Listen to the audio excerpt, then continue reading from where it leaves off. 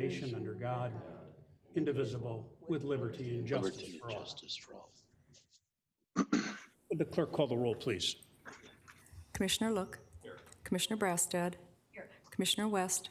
Here. Commissioner Schulte. Here. Commissioner Meisner. Here. Commissioner Gamache. Here. Commissioner Reinert. Here.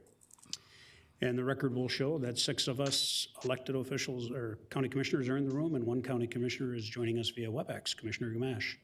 And I will turn now to our county attorney, Tony Palumbo, to tell you why we're here today.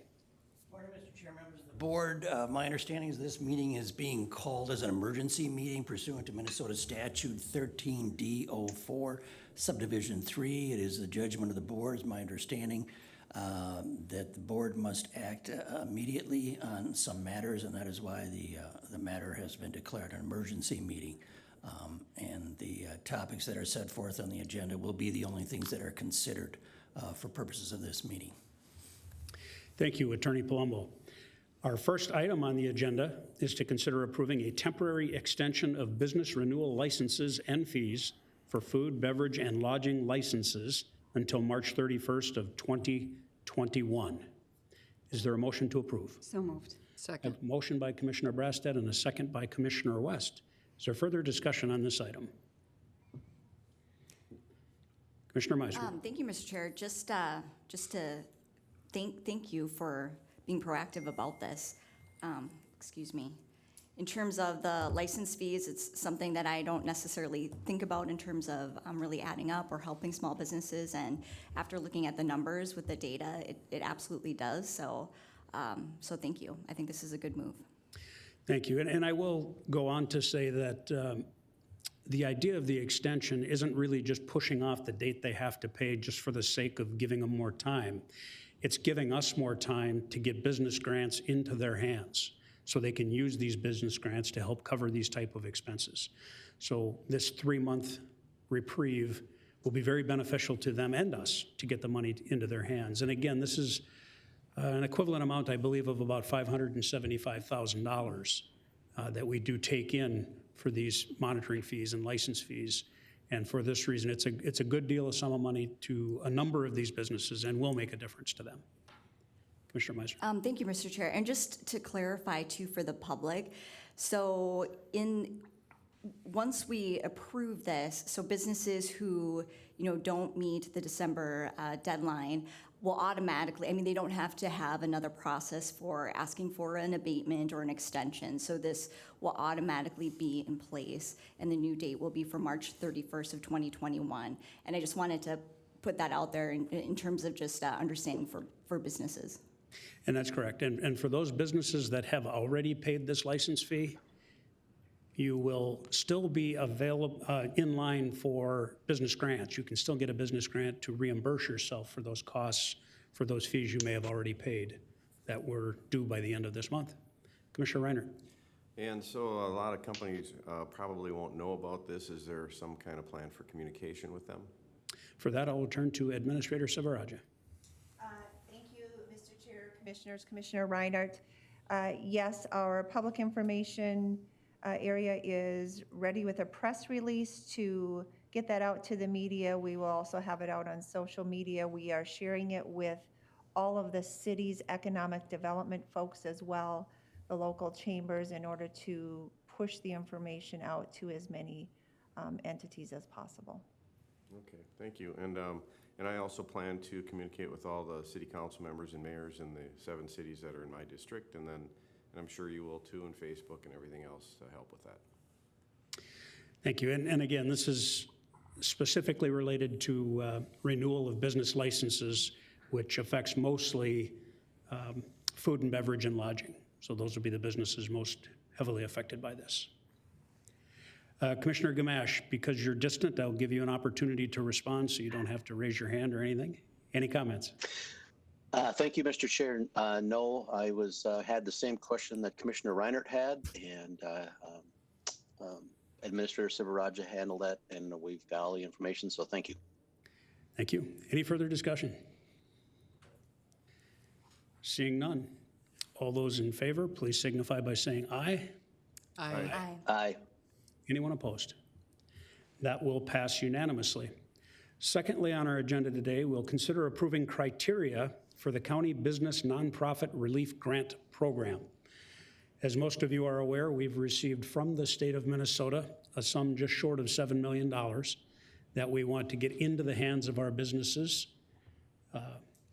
as quickly as possible. So we are having this emergency board meeting to entertain this item. You received a document in your drop boxes recently with background information and proposed criteria or eligibility criteria, and then it also lays out some changes you may or may not want to make in these criteria. So with that, we'll open the floor for discussion. Commissioner Reinert, then Commissioner Meisner. So really happy that we're doing this. There were a lot of businesses that were untouched, or I shouldn't say untouched, did not receive benefit or relief from the first go-around. We did go around 4 times, and we did change it along the way. But then I'm glad that we finally came to the realization of some other businesses that now will be available for this need.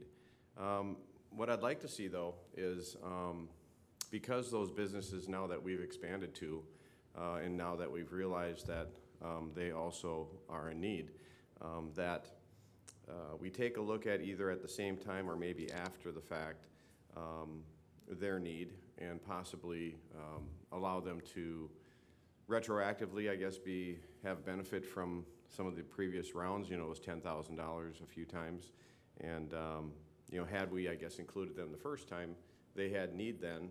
They weren't subject to that need. We finally now realize that they are in need, and so I'm just, I guess, if they can prove, I guess, that they had of a greater need than we're able to give them now, that there's some consideration for that.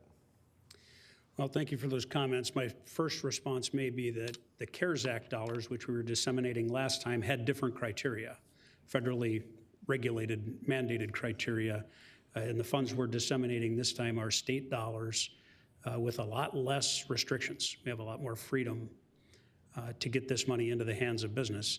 Again, we did set some of the criteria in the previous rounds, which did eliminate certain businesses from receiving those funds, but we did expend all those funds. So now this new round, I think we are giving priority to, if I understand this correctly, we're giving priority to businesses who have not received any grant funding through the CARES Act.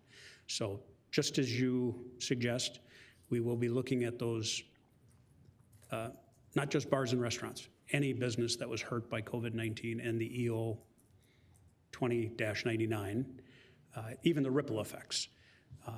The question will be, could we go back and, we obviously can't go back and use CARES dollars. Right.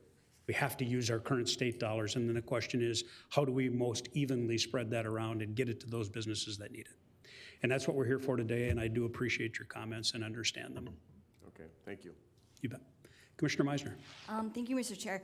Actually, before I get started, I just got a text from the public that our audio is not coming through. Administrator Silveraja. Mr. Chairman, I actually just sent a message indicating that the audio is not working correctly, but we will upload a clean version after the meeting. For some reason, the streaming is distorted, but the recording is clean, so that will be uploaded right after the meeting. Okay, thank you. And thank you, Mr. Chair. So I just wanted to share some feedback that businesses and nonprofits had shared with me, and I just want to relay the information. So I won't go, business or nonprofit to nonprofit, but the broad stroke consistency has been biggest needs are rent and operation, obviously because of lack of income. One business owner made an interesting point that they had gotten federal PPP in the past, which helped out her staff, but not necessarily for the business owner. So again, as the business owner, she continues to struggle.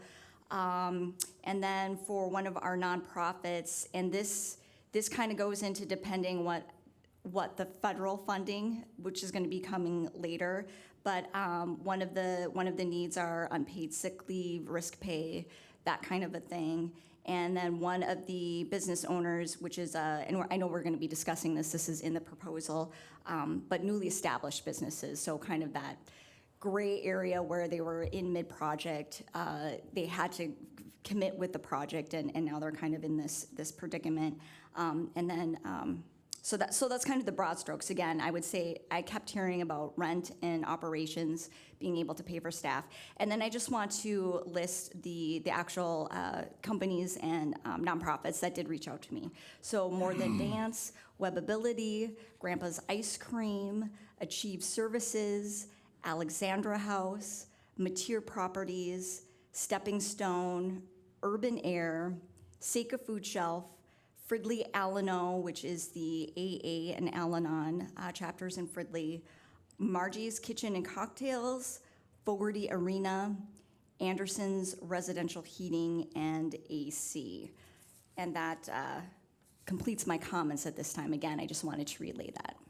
Thank you, Commissioner Meisner. I too reached out to a number of businesses myself, industries more than specific businesses, just to find out how they're doing, and because I wanted to make sure we were more inclusive in this round of criteria.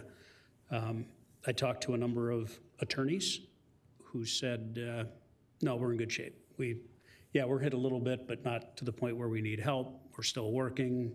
There are certain sectors within lawyering that they're probably a whisker behind. You know, somebody that's planning wills and family planning isn't doing as much of that right now, estate planning, because the seniors are staying more protected and staying home. So that was interesting to have that conversation and enlightening. And then I talked to some entertainers, live performers, who are being crushed. They, since March 15th of 2020, have not done a thing and can't. And if that's how they've made their living for decades, it's an important topic. So I will be adding some language. In fact, I'll read it now if you're willing. It's freelance or organized musicians and performing artists in Minnesota who work or reside in Anoka County are eligible to apply for grants under the solo business employee category or the home-based business category, if applicable, with no requirement of having one or more W-2 employees. So this just takes those live performers who have been doing it their entire life for a good deal of time and puts them into the category where they can get some relief. It obviously will not replace their income for an entire year, but they do have the ability to apply for unemployment and other sources as well. I'd like to thank Administrator Sivaraja and the Attorney's Office, Chris Carney, I believe, for helping me with that language and for doing enough research that I was able to share with some musicians the Juilliard page, which had a plethora of opportunities for performing artists to reach out and get some help during this crisis. So, and again, I talked to a number of other industries, bars and restaurants, obviously, and that's pretty universal. Hotels, motels are really being hit hard. So those are all categories that we have now included as eligible criteria. Anybody else have any comments on criteria? Commissioner Breasted. Thank you, Mr. Chair. I know when we received the letter from our state legislature, it was, their goal was very clearly to keep it simple and quick. Let's do as much as we can for the businesses and groups that have been left behind. So as we met and were talking through these guidelines or parameters, we've tried to make it as inclusive and as simple as possible. So looking at this, I think we've done pretty well. We will be handling these applications in-house, so that will give us, I think, a little bit more flexibility than when working with the third party. So if maybe someone answers the question, maybe not quite right, or they're not sure what we're looking for, I think we'll be able to have a little bit more hands-on and be a little more pliable with our procedures. So I'm excited about getting this money out to people that don't fall into the bars and restaurant categories, because just like everybody else, I'm getting calls daily, multiple calls every day some people at the ends of their ropes. I've actually had to make some mental health referrals because there's been some pretty significant situations. So I think we all take this very seriously. We want to do what we can. I think a good example is the license fees that we just voted on. I think as a county board, we're pretty in touch with what's happening in our community. And I fully support this, and the sooner we can get the money out, the better. Thank you, Commissioner Brasted. Commissioner Meisner. Thank you, Mr. Chair. Well, first of all, I really appreciate having an arts and musicians clause. And so essentially, they just have to prove that they've worked in the past. I mean, if you're freelance, right, that they're in the space of arts or music. I'm going to as a defer solo, to okay. Jaquel eventually on that, but to me, they're going to have to prove that they had bookings Okay. that were canceled. I think that would be one of the criteria, and one would be that they are, that they can show that they've made that kind of money in years past doing that. I mean, they can't say suddenly that they're an actor and they've never acted before, but they're an actor and they think they would have made $100,000 if they would have acted. That's probably not going to cut it. So it's going to have to be a true profession. Thank you. Commissioner Meisner. And then just a couple of comments about this proposal too. I mean, first of all, I am really appreciative of that we are including chambers now that we can, because we have a little bit more control over what the criteria is. Our local chambers have been economic partners to us, as you guys know, for years, so I'm pleased to see that. I do have now a couple questions. Well, first I'll have a question about our in-house application process. So I know that can be very intensive for our staff. Are we building in any kind of financial help to either get another part-time staff to help with this specifically, or how is that going to actually work in the pragmatic way if we're doing this? It is I'll turn to Administrator Sivaraja, but it is my understanding that we will be reallocating staff to this department to handle this work. I don't think we'll be hiring anyone new.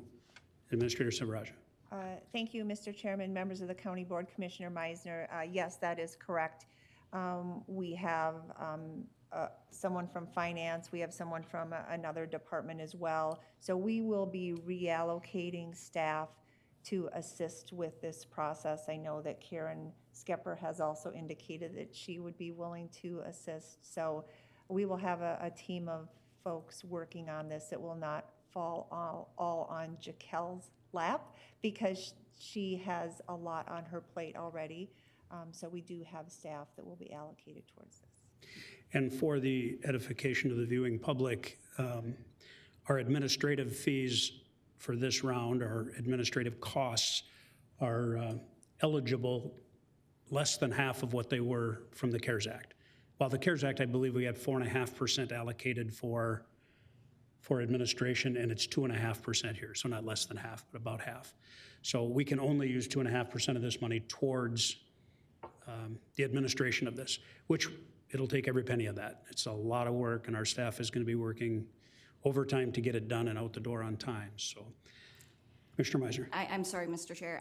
Yes, I'm gonna follow up on that question and then go to a different question. So I understand, like, financially that we are motivated to do it in-house because of the reasons you just stated. But then I'm curious, and too, because I know for the CARES Act funding, one of the appeals for having a third party was just to take away any kind of perceived conflict of interest. So is there going to be something built into that process where that's a checks and balances? So that's a question for that. And then I do have another question about the proposal. Well, I think the check and balance here is, to me, is we are setting the criteria here as policy. That's the only time elected officials will touch this.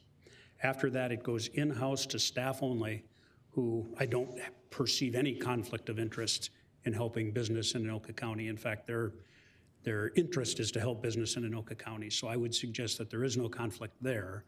It's just important for the policymakers, the elected officials, to set that policy, set the criteria, and then ask staff to abide by it. Unless there's a deviation from criteria that staff is concerned about, we shouldn't hear about it after that. Got it. Thank you. And then my question about the proposal for the grant amounts, we have this tiered, starting from business and nonprofits of 1 to 20 FTEs, all the way up to 300 or more FTEs. And for that category, so business nonprofits with 300 or more FTE employees could be eligible up to $45,000 grants. And I did ask like how many businesses in Anoka County actually are 300 or more, and I believe it was 47. So my question, because today we're really working out the details for some of these things, are the businesses with 300 or more, do they have more availability for resources? I want to say yes. And then then my question to us then, is that something that we want to consider in terms of just looking at that tier? And again, the only one I'm really questioning or wanting to delve a little bit deeper in is the 300 or more employees. Well, my response would be that they do have a lot of other resources once you reach that size of business. Right. We did hear last night that the HEALS Act passed through Congress, which will offer a great deal of resources to businesses, both at that level and on down to small business as well. A continuation of the PPP program, reinvigoration of money there. So I do think that they have, and just by the size of their business, they have more human resources people to access and gain access to funds. But $45,000 is a substantial grant. And that will help a company like that. Right. Before we move on, I am going to formally request if my friendly amendment will be accepted by the motioner and the seconder. There's no motion. There was not a motion? Oh, No. There wasn't a motion on this yet? Oh, I thought you moved it. No, that was the last one. I don't That have was a the last motion. one? Okay. Well, before I make an amendment, then actually I can just make an amendment to this before it's even moved.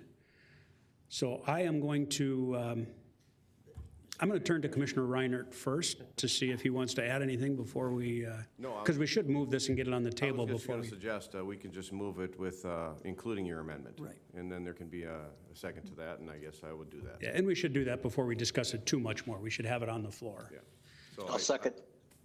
I have a motion by Commissioner Reinert and a second by Commissioner Gamache to include the criteria listed before you with the amendment that I will read one more time for the record, that is to allow freelance or organized musicians and performing artists in Minnesota who work or reside in Anoka County are eligible to apply for grants under the solo business employee category or home-based business category, if applicable, with no requirement of having one or more W-2 employees. So that is the motion amended and seconded before you. Further discussion. I will just say that there's a number of criteria listed here. We didn't read them all. The application for this will be a completely electronic online application at Anoka County's website. It will go live in the early part of January. We don't have an exact date just yet. And needless to say, it's the Christmas season, and our staff will be working more than we want them to over the holidays to make sure that we can be ready in that first part of January to get these applications online. I believe it's Anoka County /success. I'm not positive on the website yet. We'll have that publicized, but if you go to Anoka County's website, we will have a link over to the website that actually has the application. Commissioner Braston. I was just going to say, it is the same website address as our AC Red, so anokacountysuccess.org. That's anokacountysuccess.org. Perfect. Thank you, Commissioner Brasted. Commissioner Meisner. Thank you, Mr. Chair. I neglected to put in one piece of feedback since we're talking about an online application process. One of the businesses did want to relay that they felt that the process was a little bit overwhelming for them. And so I would just say that, reach out again to our staff because they are excellent to help walk any business or business owner through the process. And then I also just wanted to clarify too, since we're not necessarily reading all the details, but as in the past for the CARES Act dollars where we divvied up the whole bucket, this is not going to be divvied up in terms of certain amount for businesses, certain amount for nonprofits. This is the full bucket. We are just going to be allocating it until every last dime is spent helping people. So first come, first serve with some of the earlier criteria that you had mentioned, but I did want to just point that out because that is a little bit different for this round.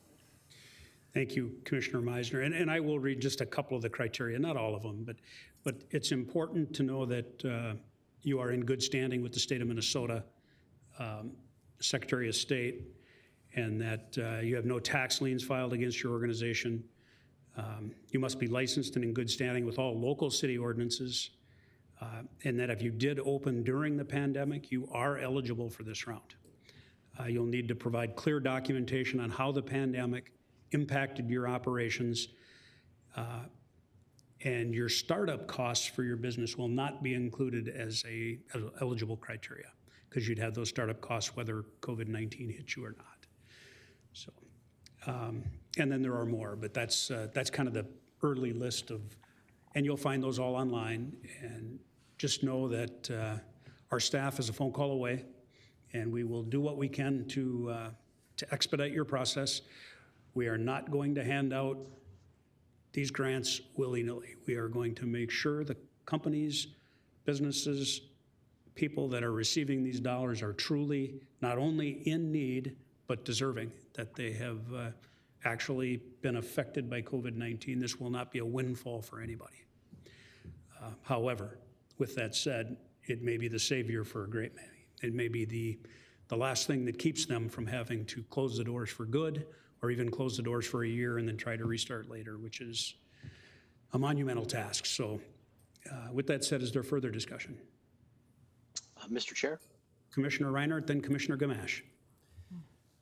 Not for today possibly, but you know, the way to really help businesses to let them operate, and I'd like to have a future conversation about that with this board. Thank you, Commissioner Reinhardt. Commissioner Gamache.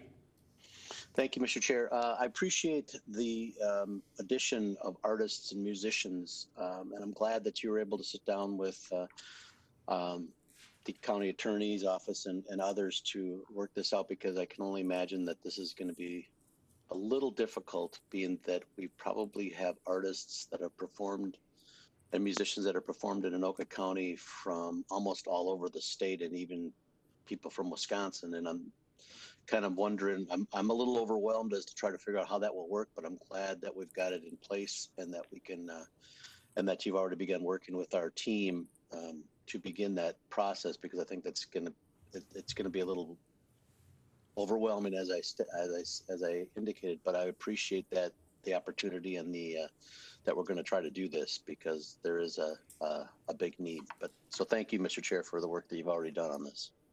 Thank you, Commissioner Gamache. Is there any further discussion before we go to a vote?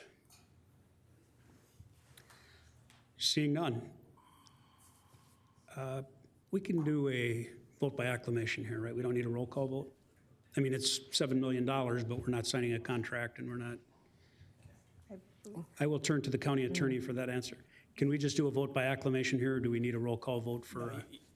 Mr. Chair, since you're not spending money, you're just authorizing criteria at this point, so you can do it just by motion or on a voice vote.